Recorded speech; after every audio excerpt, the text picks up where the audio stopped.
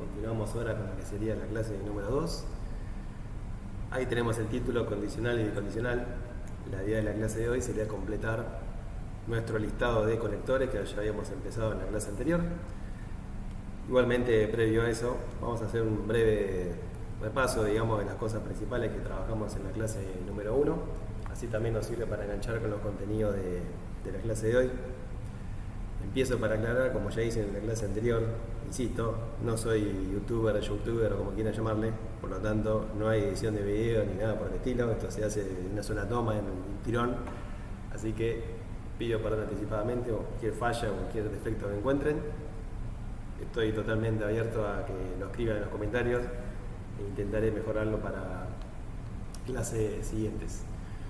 Bueno, habiendo aclarado eso, entonces vamos antes que nada empezar definiendo un par de proposiciones simples con las que vamos a ir trabajando a lo largo de la clase de hoy. Vamos a decir que la proposición P será llueve, la proposición Q será voy al cine. Esto es un ejemplo clásico. Antes que nada, recordamos, estas dos oraciones que están acá son efectivamente proposiciones porque son oraciones declarativas, son oraciones que están haciendo una afirmación. En el primer caso tenemos una oración que afirma que llueve y otra que afirma que voy al cine. A su vez también, cuestiones de notación, habíamos dicho que a las proposiciones las nombramos con letras minúsculas. Bueno, P será entonces proposición llueve, Q será proposición voy al cine. Estas proposiciones en la clase anterior las habíamos llamado proposiciones simples. Habíamos dicho que era posible tomar una o más de una proposiciones simples y agregarle el uso de conectores, y al hacer eso estamos formando lo que se llaman proposiciones compuestas. Por ejemplo, la negación de P es una proposición compuesta porque involucra al menos una proposición, en este caso es una sola, que es P, una sola proposición simple, y a su vez también al menos un conector, en este caso el conector negación. Por lo tanto, eso que escribe ahí ya es una proposición compuesta. Y todavía más que eso, esta sería una expresión algebraica de una proposición compuesta. Podríamos aprovechar a hacer la traducción a lo que sería el lenguaje coloquial. Teniendo en cuenta que P llueve, entonces la negación de P será no llueve. Acá tenemos entonces la expresión en lenguaje algebraico, lenguaje matemático, y acá tenemos entonces la expresión en lenguaje coloquial, lenguaje natural. Ese fue el primero de los conectores que vimos, y este que habíamos dicho que hacía era, digamos, planteaba lo contrario, la negación. O sea, si tenemos que una proposición es verdadera, su negación entonces tendrá que ser falsa. Sería lo que hace, digamos, el conector de la negación. Eso por un lado. Después, otros conectores que vimos. Este, por ejemplo. Ahí tenemos lo que se llama la conjunción, que esto expresado en lenguaje natural, coloquial, dijimos que era un y, teniendo en cuenta que P llueve y que Q voy al cine, entonces esta conjunción en coloquial la podríamos expresar como llueve y voy al cine. Llueve y voy al cine. Es importante que nos empecemos a acostumbrar a hacer este trabajo que estoy haciendo ahora, la traducción de lo que sería la expresión algebraica a coloquial y la vuelta también del coloquial a algebraica. Hay muchos ejercicios típicos de todo lo que sería la parte de lógica proposicional, en donde justamente se pide ese trabajo, de algebraico a coloquial y la vuelta. Otro conector que vimos fue la disyunción inclusiva.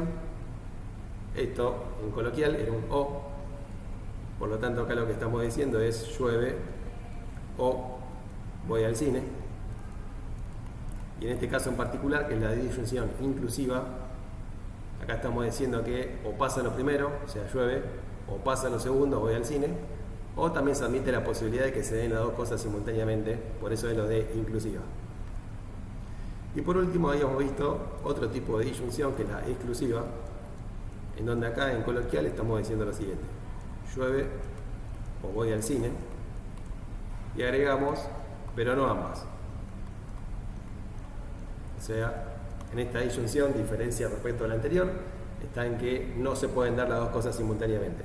Eso generalmente en coloquial se expresa con el agregado de esta expresión, pero no ambas. Bueno, ahí tenemos entonces algunas traducciones de algebraico a coloquial. Estas son las formas más comunes en las cuales suelen aparecer estos conectores en forma coloquial.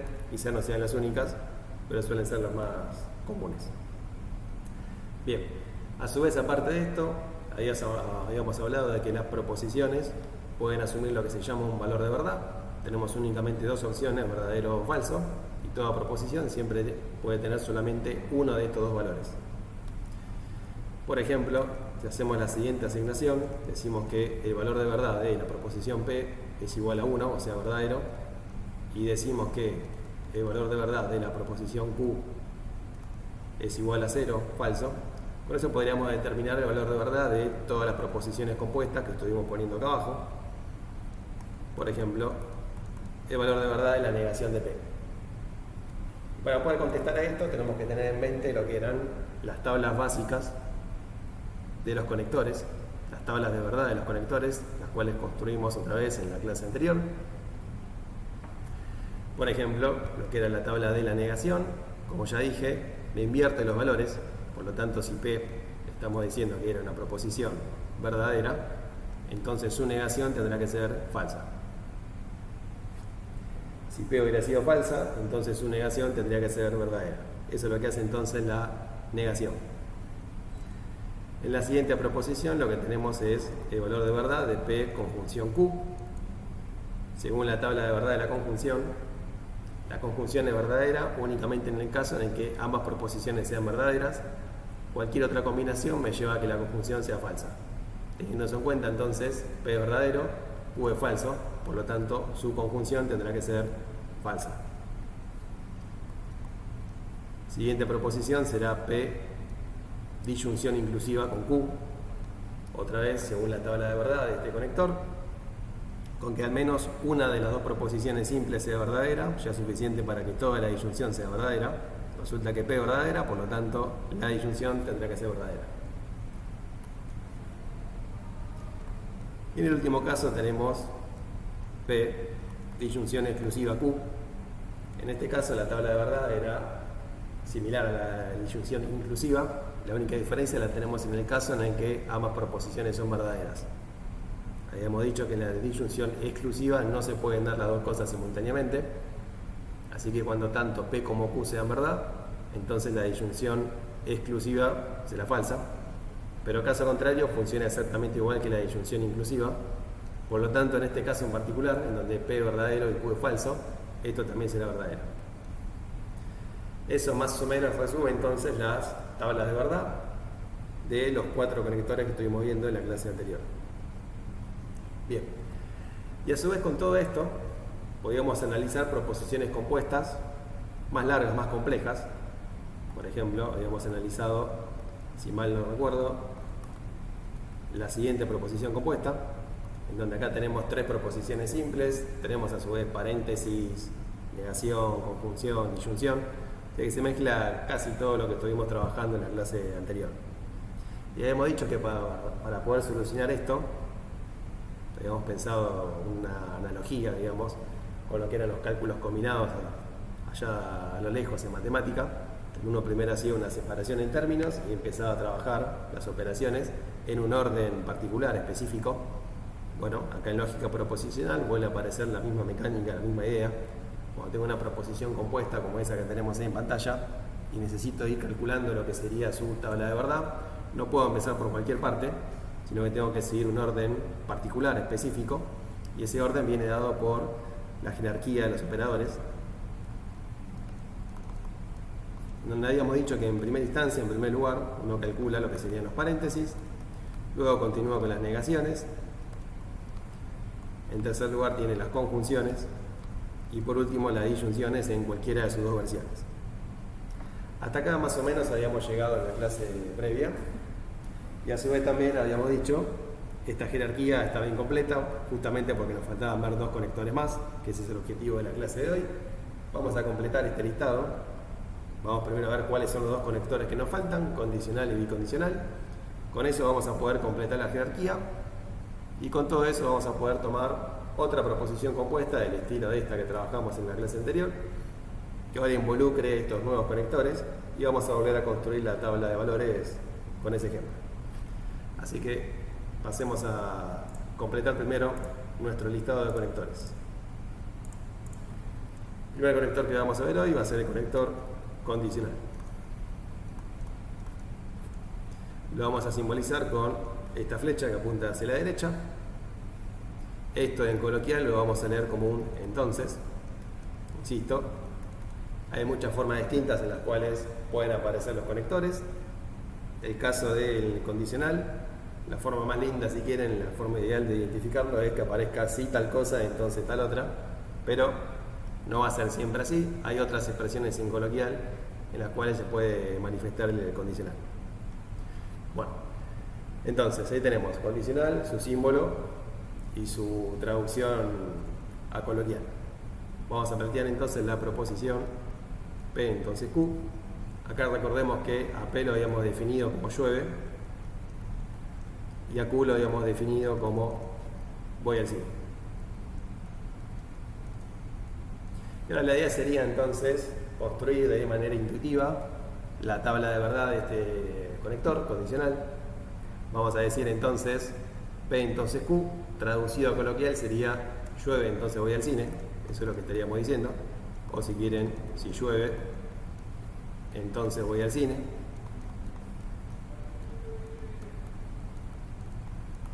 Y ahora la idea sería construir la tabla de verdad de esto, tal cual venimos haciendo en la clase anterior. Habíamos dicho paso a paso. En primer lugar identifico cuántas proposiciones simples tiene esto, que son 2, P y Q. Dicho de otra forma, tengo que ver cuántas letras distintas aparecen acá en esta proposición compuesta. Habiendo identificado eso, ahora calculo lo que sería la cantidad de filas de la tabla, que esto sería de hacer 2 elevado a la cantidad de proposiciones simples, que también es 2, o sea que esto da 4, por lo tanto sabemos que esta tabla tendrá que tener 4 filas, así que armamos las 4 filas. Una vez que tenemos eso, lo siguiente era completar todas las combinaciones posibles de ceros y unos para todas las proposiciones simples que tenemos. Y hemos visto también una forma mecánica de hacer esto. Habíamos dicho, tomo la cantidad de filas, que en este caso es 4, y lo divido a la mitad, o sea, 2. Entonces la columna número 1 la pienso en bloques de 2. 1, 1, 0, 0. Ahora vuelvo a dividir por 2, la mitad de 2 es 1. Entonces la siguiente columna la pienso en bloque de 1. Por lo tanto la completo como 1, 0, 1, 0. Listo. Con eso completé entonces todas las posibles combinaciones de valores de verdad. Ya tenemos la tabla armada para empezar a calcular la columna que nos interesa, que es la del condicional. Y repito, seguimos el mismo proceso. Vamos a intentar completar esta tabla de la manera más intuitiva posible. Lo que vamos a hacer entonces es decir, si llueve entonces voy al cine. Y ahora vamos a analizar cada uno de estos 4 casos y vamos a ver cuándo estos casos entran en conflicto, entran en contradicción con la afirmación que hice inicialmente. Así que, repito, afirmo, si llueve entonces voy al cine. En la primera fila lo que está pasando es que efectivamente es cierto que llueve y es cierto que voy al cine. Bueno, eso no entra en contradicción con lo que yo planteé. Yo justamente dije, si llueve entonces voy al cine. Resulta que llueve, resulta que fue al cine. Por lo tanto, no me contradice. Por lo tanto, esto lo vamos a tomar como verdadero. El segundo caso por ahora lo pasamos de largo. Vamos primero a analizar el tercero. El tercero nos dice, no es cierto que llovió, pero sí es cierto que fui al cine. Bueno, esto generalmente genera bastante polémica. Me parece medio una truchada, parece medio el recurso de un mentiroso. Pero la verdad es que esta situación tampoco entra en contradicción con lo que yo planteé originalmente. Yo lo que dije era, si llueve, entonces voy al cine. Si llueve, entonces voy al cine. Ahora, en esta situación lo que está pasando es que no llovió, pero igualmente eso no me contradice, porque yo no dije nada sobre qué iba a hacer en el caso de que no lloviera. Yo lo único que hice fue decir qué iba a hacer en el caso de que lloviera. Si llueve, voy al cine. Ahora, si no llueve, puede pasar cualquier cosa. Puede pasar que vaya al cine o puede pasar que no vaya al cine. Puedo hacer lo que se me antoje y nunca voy a entrar en contradicción, porque justamente yo no afirmé nada sobre qué iba a hacer en el caso de que no lloviera. Así que, insisto, esto parece medio trucho, parece medio el recurso de un mentiroso, pero la verdad es que no entra en contradicción con lo que yo planteé. Así que este tercer caso también va a ser verdadero. Y en el caso siguiente, por el mismo motivo que en el caso previo, también va a ser verdadero. En este último caso lo que está pasando es que no es cierto que llovió y tampoco fue al cine. Bueno, otra vez, vuelvo a lo mismo. Yo no dije nada sobre qué iba a hacer en el caso de que no lloviera. Acá efectivamente no llovió, entonces puede pasar cualquier cosa. Puede pasar que vaya o que no vaya al cine y va a seguir sin contradecirme. Así que este último caso también va a ser verdadero. Y ahora vamos a analizar el caso que pasé de largo, el segundo caso. En este caso lo que tenemos es, resulta que es cierto que llovió, pero no fui al cine. Y ese caso sí entra en conflicto con lo que yo planteé. Yo justamente dije que si llovía iba al cine, resulta que llovió, pero no fue al cine, me quedé en mi casa. Y eso sí me contradice, por lo tanto ese caso sí va a ser cero. Y ese es el caso distinto al caso que uno tiene que recordar. Un condicional entonces va a ser cero únicamente cuando la primera proposición sea verdadera y la segunda sea falsa. Caso contrario será siempre verdadero. Vamos a hablar con un poco más de propiedad, vamos a darle nombres a las cosas.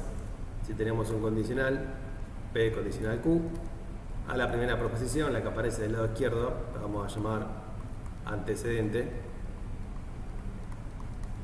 o premisa. Y a la segunda proposición, la que aparece del lado derecho de la flecha, la vamos a llamar consecuente o tesis. Así que repito el resumen de la tabla con el agregado de estos nuevos nombres. Resulta que el condicional será falso únicamente en el caso en donde el antecedente sea verdadero y el consecuente sea falso. Cualquier otra combinación me llevará entonces a un condicional que tendrá que ser verdadero. Bueno, acá tenemos entonces el conector condicional. Vamos ahora a agregar el último conector que nos estaría faltando y lo vamos a llamar bicondicional. El bicondicional lo vamos a simbolizar con la flecha que apunta tanto a izquierda como a derecha, y en coloquial lo más común va a ser encontrarlo como sí y solo sí. Fíjese que este está totalmente enganchado, conectado al condicional anterior, justamente por eso bicondicional. El otro era condicional, este es bicondicional, como una especie de doble condicional si quieren. Y a su vez también fíjense el símbolo del condicional era una flecha que apuntaba solamente hacia la derecha. Esta flecha apunta hacia ambos lados. Bueno, resulta que el bicondicional lo podemos pensar si quieren como una especie de conjunción entre dos condicionales. Esto lo podemos leer como por un lado P entonces Q y al mismo tiempo como Q entonces P. Teniendo en cuenta las definiciones que dimos tanto de P como de Q, acá estaríamos diciendo llueve, entonces voy al cine.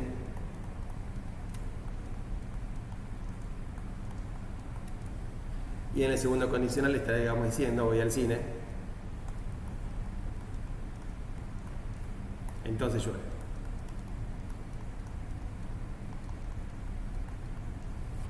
Al bicondicional entonces lo podemos pensar como la conjunción entre esos dos condicionales que acabamos de poner ahí.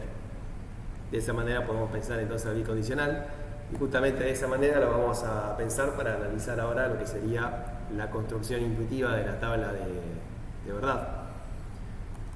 Si queremos construir la tabla de P, sí, solo sí, Q, que en nuestro caso sería llueve, sí, solo sí, voy al cine.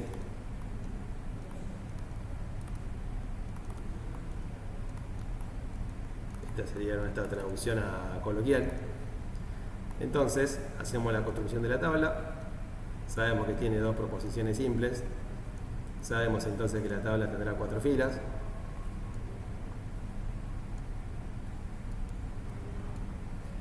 Sabemos ya señalar esas dos columnas. Tenemos doble 1, doble 0, 1, 0, 1, 0. Y ahora pasamos a la columna que nos interesa, la columna del bicondicional. Entonces, otra vez, estamos diciendo llueve, sí, solo sí, voy al cine. O si quieren desglosado de esta manera, estamos diciendo llueve, entonces voy al cine, y voy al cine, entonces llueve. Todo eso es lo que estamos diciendo entonces con un bicondicional. Y ahora entonces, para determinar si esta combinación me termina llevando a un bicondicional verdadero o falso, Bueno, analizamos la situación. Resulta que acá me están diciendo que es cierto que llovió y es cierto que fui al cine. Bueno, yo dije, si llueve entonces voy al cine, ambas cosas se dieron. Y también dije voy al cine, entonces llueve, ambas cosas se dieron. Por lo tanto, no entra en conflicto, no contradice lo que yo planteé. Así que este primer caso lo vamos a tomar como verdadero. Siguiendo esa lógica, analizamos ahora lo que sería la segunda combinación. En este caso resulta que es cierto que llovió, pero no es cierto que fue al cine. Entonces, si analizo ambos condicionales, los que tenemos acá del lado derecho, resulta que el primero no se estaría cumpliendo. Yo dije que si llueve, entonces voy al cine. Efectivamente llovió, pero no fui al cine. Con lo cual ahí ya está contradiciendo una de las dos cosas que dije. Por lo tanto, esto lo tomaremos como cero. Siguiendo una lógica similar para el siguiente caso, en el siguiente caso lo que estamos diciendo es que no llovió, pero sí fue al cine. Bueno, si miramos este segundo condicional, yo dije voy al cine, entonces llueve. Resulta que sí fui al cine, pero no llovió. Con lo cual me está contradiciendo, con lo cual esto será cero. Y ahora analizando el último caso, acá lo que pasó fue que no llovió y tampoco fui al cine. Bueno, si miro el primer condicional, este de acá, yo dije llueve, entonces voy al cine, acá donde vuelve a aparecer esa cosa medio trucha que habíamos nombrado antes. Yo dije lo que iba a hacer en el caso de que lloviera, pero no dije nada sobre lo que iba a hacer en el caso de que no lloviera. Bueno, acá efectivamente en esta combinación que estamos analizando no llovió, por lo tanto yo podría hacer cualquier cosa y no me estaría contradiciendo.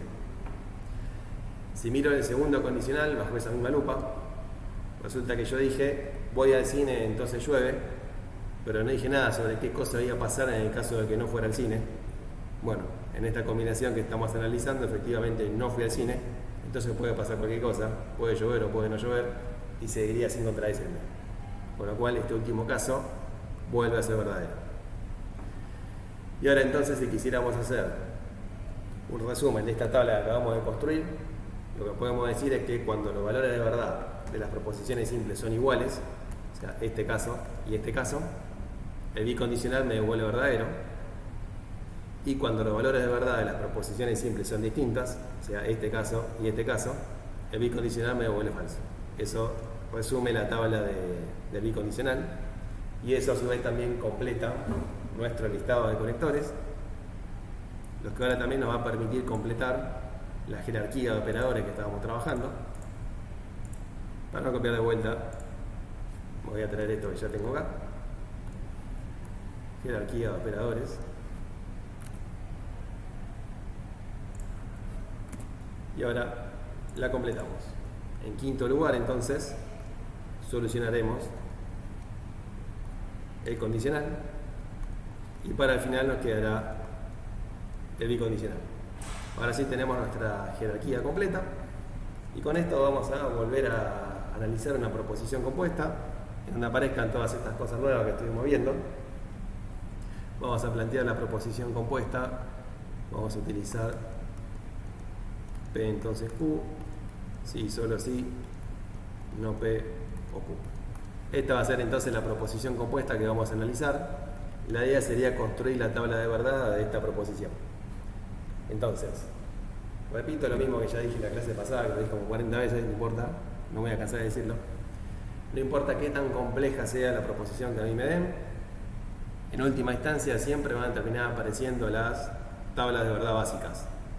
O sea, las tablas de los 6 conectores que analizamos entre la clase número 2 y la clase número 1, siempre van a estar en el fondo del análisis de todas las proposiciones, independientemente de lo compleja que sea. Y a su vez también habíamos visto una forma mecánica de construir la tabla de verdad, y eso era lo mismo que acabo de decir, aplica siempre exactamente el mismo método, independientemente de qué tan extensa pueda ser la proposición que me dieron. Así que ese paso a paso que vimos para la construcción de la tabla se mantiene siempre igual. El primer paso era identificar la cantidad de proposiciones simples, o sea, la cantidad de letras distintas que hay, que son 2. Entonces planteo una columna para cada una de esas 2 proposiciones. Ahora lo que tengo que hacer es determinar la cantidad de filas que va a tener esto. La cantidad de filas es 2 elevado a la cantidad de proposiciones simples, que también es 2. O sea que esto está dando 4. Por lo tanto, esta tabla que estoy construyendo tiene que tener 4 filas. Y ahora completamos todas las posibles combinaciones de valores de verdad. Tenemos 2 unos, 2 ceros, y para la siguiente columna 1 0, 1 0. Así que toda esa primera parte se va a mantener siempre exactamente igual. Y ahora sí pasamos a analizar la proposición compuesta que nos dieron. La clase pasada habíamos visto 2 formas, 2 métodos para construir esta tabla. Yo voy a utilizar ahora el segundo método que había explicado. Voy a mirar la proposición, voy a pensar en esta cuestión de la separación en términos que habíamos nombrado. Uno de estos lo podría pensar de la siguiente manera. Uno debería empezar haciendo los paréntesis, según lo que me indica la jerarquía. Uno de esos paréntesis lo que tiene es el condicional P condicional Q. Así que voy a plantear una columna para ese paréntesis. El siguiente paréntesis tiene no P disyunción Q. Según la jerarquía, primero tendría que hacer la negación, por lo tanto voy a plantear una columna para la negación de P. Y después sí voy a plantear otra columna más para la disyunción entre la negación de P y Q. Y una vez que ya tengo calculados ambos paréntesis, lo último que tengo que hacer, según lo que me indica la jerarquía, es el bicondicional. Entonces agrego otra columna más para el bicondicional completo. Y ahí tenemos entonces las 4 columnas que vamos a usar. Ya dijimos que esto tiene 4 filas, así que eso aprovechamos y lo completamos. Háganlo con una regla como tiene que ser, no lo hagan a pulso como yo. Estamos. Separo las columnas y empiezo a calcular cada columna por separado. Primera columna es P condicional Q. Por lo tanto, tengo que mirar columna de P, columna de Q y calcular el condicional entre ambos. Y ahí es donde vuelven a entrar todas las tablas básicas de los conectores. Así que tengo que tener en mente la tabla del condicional que estuvimos analizando hace poquito. Esa tabla me decía que el condicional me daba siempre 1, salvo el caso particular de antecedente verdadero y consecuente falso, que es lo que tenemos acá justamente en la segunda fila. Ahí tenemos antecedente verdadero y consecuente falso, así que solamente ese nos va a dar falso. Todas las otras combinaciones nos terminan dando verdadero. Ahí tenemos entonces calculado el condicional. En la siguiente columna necesito la negación de P, así que tengo que mirar específicamente la columna de P, que es la primera columna, y a eso le calculo la negación. La tabla de la negación me decía que invierto los valores. Si P era 1, 1, 0, 0, su negación tendrá que ser 0, 0, 1, 1. Ya tenemos columna negación de P. Siguiente columna me dice no P o Q. Bueno, tengo que hacer entonces una disyunción, en este caso una disyunción inclusiva, entre no P y Q. Así que tengo que mirar la columna de no P, que es esta que tenemos acá, y a su vez también tenemos que mirar la columna de Q. Esas son las 2 columnas que vamos a tener que mirar para calcular la disyunción entre no P y Q.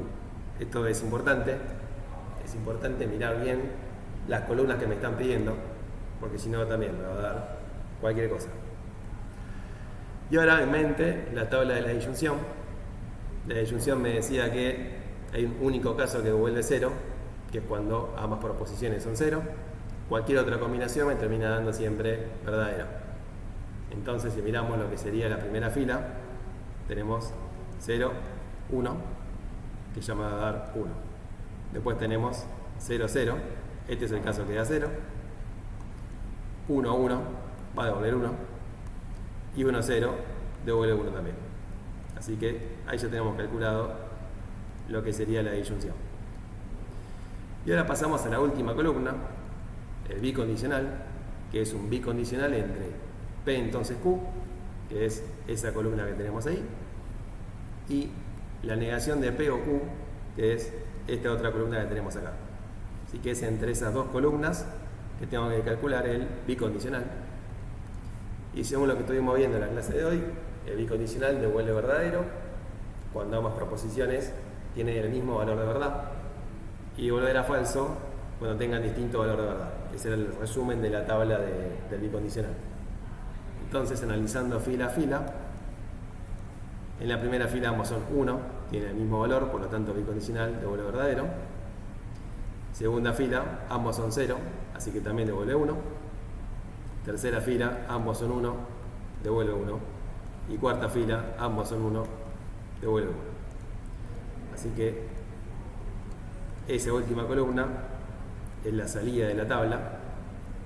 Esta última columna serán entonces todos los valores de verdad que asume la proposición compuesta que me dieron para analizar. Y ya que estamos, aprovechamos a recordar también la clasificación que habíamos dado en la clase anterior. Resulta que todas las proposiciones van a caer siempre adentro de unas 3 posibles categorías, que eran tautología, contradicción y contingencia. Cuando la proposición siempre asume valores de verdad verdadero, 1. Entonces decíamos que la proposición es una tautología. Esta proposición entonces la vamos a llamar tautología,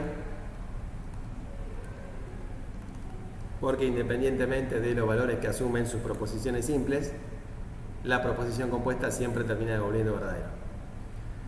Cuando me daba siempre falso, lo llamábamos contradicción, y cuando teníamos al menos un verdadero y al menos un falso, lo llamábamos contingencia, y esa era la clasificación de proposiciones que también habíamos analizado en la clase anterior. Bueno, esto completa entonces los 6 conectores que vamos a trabajar. Ya a partir de la próxima clase vamos a analizar lo que serían leyes o equivalencias lógicas.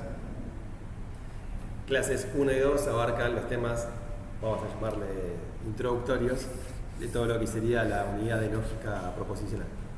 Así que nos estaremos viendo en la próxima. Otra vez, esto es un ejercicio de teoría. Vamos a ver si un poco más adelante agregamos algo de práctica. Gracias por la atención. Cualquier cosa estamos en contacto.